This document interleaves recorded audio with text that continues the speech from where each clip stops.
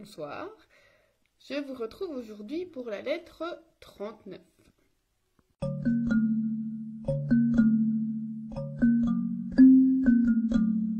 Dans cette lettre 39, apparemment Lucilius a demandé à Sénèque de lui écrire, de créer un résumé de philosophie. Sénèque il se demande quel procédé il pourrait utiliser, lequel serait le meilleur, donc soit un bréviaire ou une exposition suivie. Et finalement, il dit qu'il pourrait faire les deux, mais qu'il le fera, mais qu'il le fera à sa mode. Donc, chez nous, on dit à sa mode, donc comme lui, il a envie de le faire. Et donc, il ne se laissera pas dicter la façon de travailler, donc il le fera comme il a envie. Il dit, mais en attendant que je le fasse, tu peux toujours consulter un index des philosophes, et il dit, ça pourra te stimuler, en voyant combien d'autres hommes avant toi ont travaillé pour toi. Et en voyant toute cette liste-là, peut-être que tu voudras devenir l'un d'eux. Donc le fait de voir de grandes réalisations, alors que ce soit pour la philosophie ou pour autre chose, nous appelle et nous élève. Donc le fait d'avoir des exemples comme ça, majestueux, ça nous donne envie de les rejoindre. Et donc cela nous donne un élan vers les choses honnêtes. Donc évidemment, c'est quand on voit des choses bonnes. Et ça nous donne envie d'aller vers ça. Alors, il dit que notre âme doit être comme une flamme droite, qui ne tombe pas, qui ne vacille pas, qui ne se repose jamais. Elle est dans un mouvement continuel.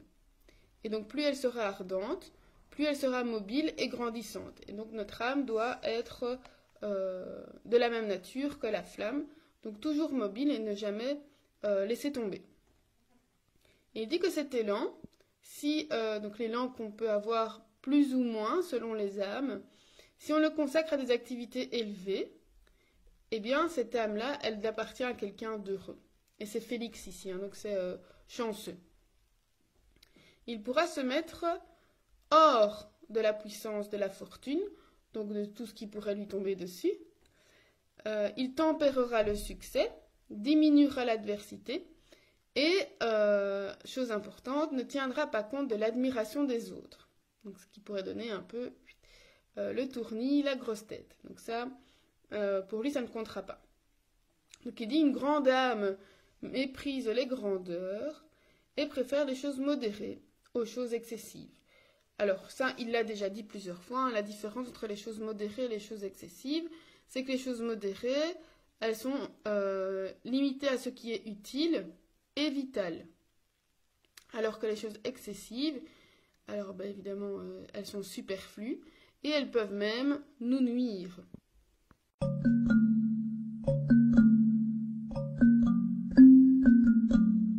Donc bien entendu, l'exemple de tous ces philosophes qui sont passés avant doivent nous pousser à aller vers l'avant aussi, mais de façon modérée. On sait bien que la modération, c'est quelque chose de très important pour les stoïciens.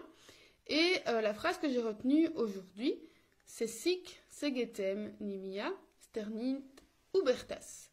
Donc c'est ainsi la fécondité excessive, trop abondante, renverse ou terrasse la branche, l'épi de blé. Voilà, c'est ça que je cherchais, l'épi. Donc ici, il est trop chargé, il tombe et il casse.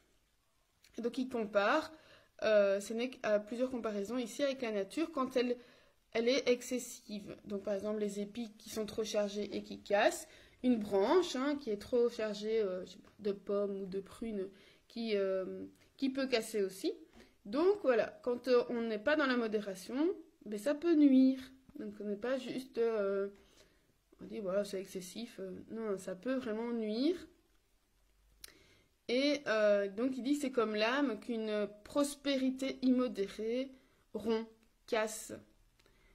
Alors c'est à la fois pour le malheur des autres, mais aussi pour notre propre préjudice.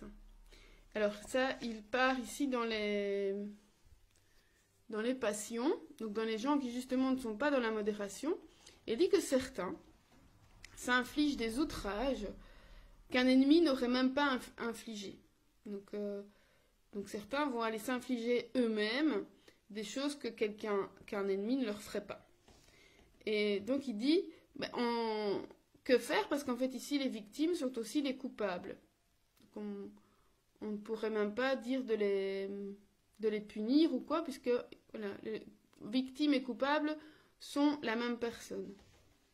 Et donc il nous a déjà dit que les passions n'ont pas de limite, hein, c'est pour ça comme ça qu'on les reconnaît. Et il répète, alors que le nécessaire a pour mesure l'utile. Alors il dit que ce qui est encore pire, c'est que certains vont arriver à faire du superflu leur norme, et que le superflu devient alors nécessaire. Et que finalement les plaisirs, tant qu'ils sont modérés, ils en profitaient, et maintenant qu'ils sont excessifs, ils n'en profitent même plus. Et ils vont finir par aimer, ce qui est, dit-il, le plus grand des malheurs, ils vont finir par aimer leurs maux, donc le fait de ne pas être bien. Ils vont finir par apprécier ça, et donc le fait de rechercher toujours l'excès va devenir nécessaire, alors qu'au départ c'était quelque chose d'exceptionnel. Et il va même jusqu'à dire qu'il n'y a plus de remède quand les vices sont devenus les mœurs. Donc, moi j'ai pensé aux choses qui sont vitales, donc par exemple la nourriture ou la boisson, et qui, voilà, dans un usage modéré, sont bénéfiques pour la santé physique et mentale. Par contre, voilà, si on va dans les excès, une fois de temps en temps, ok, mais évidemment, si on exagère, ça devient mauvais, ça peut nous nuire, mais pour certains, ça peut même devenir, oui, quelque chose d'addictif. Moi, j'ai déjà, on parle parfois de gens qui sont drogués, donc addicts aux drogues, pas aux drogues, mais quoique, au sucre plutôt, et on assimile ça à de la drogue, et donc ils peuvent même plus se passer de ça, alors que le sucre, on sait bien que ce n'est pas vital. Donc je pense voilà, à la nourriture, qui fait que voilà, certaines personnes ne peuvent pas se passer de leur canette de coca ou de leur pâtisserie, alors que ce n'est pas vital. Et finalement, en fait, par exemple, si je prends l'exemple du coca ou des limonades, c'est quelque chose, on sait que ce n'est pas bon pour la santé. Mais certaines personnes ne peuvent pas s'en empêcher. Pourquoi? Parce qu'on sait aussi qu'il y a dans, que ce soit le phénomène du sucre, mais aussi dans ce qu'on peut rajouter dans les boissons, par exemple, et ça crée une dépendance. On peut penser aussi à la cigarette, bien sûr. Bon, ça évidemment, on sait que c'est nocif, mais voilà, les gens, il y a longtemps que j'ai arrêté de fumer, mais j'ai été fumeuse. Voilà, à l'époque, je savais que c'était mauvais, ça ne m'empêchait pas de le faire. Bref, donc j'ai arrêté depuis longtemps. Une autre chose qui est à la fois, comme la nourriture, qui peut être à la fois bénéfique et néfaste, c'est le sport, par exemple, des gens qui vont aller de nouveau dans l'excès, dans trop, qui vont finir soit par se blesser, ou soit justement ne plus pouvoir s'en passer. Bon, on va dire c'est pas grave de plus pouvoir se passer de sport, mais si, parce que parfois ça peut entraîner ou des blessures ou des problèmes dans la vie sociale. Voilà. Bon, après, ce qui n'est pas vital et qui devient des besoins, on peut penser évidemment à la télévision, hein, toutes les séries qui sont... bon, j'ai déjà parlé de ça, hein. Moi je suis pas fan de la télé, mais qui deviennent vraiment des besoins. Il faut absolument avoir vu telle série, la télé, le téléphone. Voilà, je suis mal placée pour le dire, puisqu'on se retrouve tous les jours via le téléphone. Voilà, les jeux vidéo.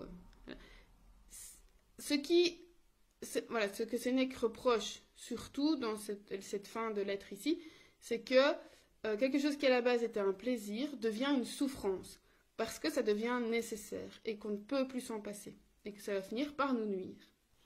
Donc on peut peut-être essayer de repérer dans notre vie, dans notre façon de vivre pour le moment, est-ce qu'il y a des choses qui nous sont nécessaires ou qui sont des besoins pour nous, mais qui en fait seraient superflus. Réfléchissons. Je vous retrouve d'ici demain pour la lettre 40. D'ici là, portez-vous bien ou à l'été.